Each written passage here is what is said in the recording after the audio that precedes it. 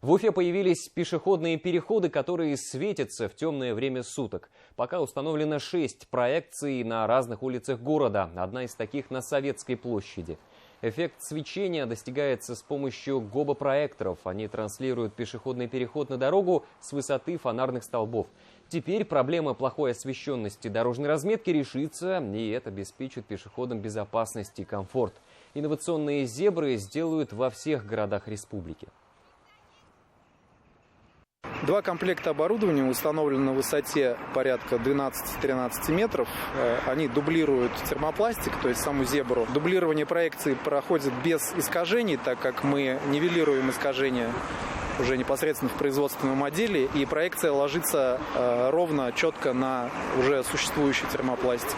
В некоторых случаях проекция может заменять термопластик. Планируется также оснащение в других городах. Сейчас проводится опрос среди муниципалитетов на предмет установки как раз неосвещенных пешеходных переходов.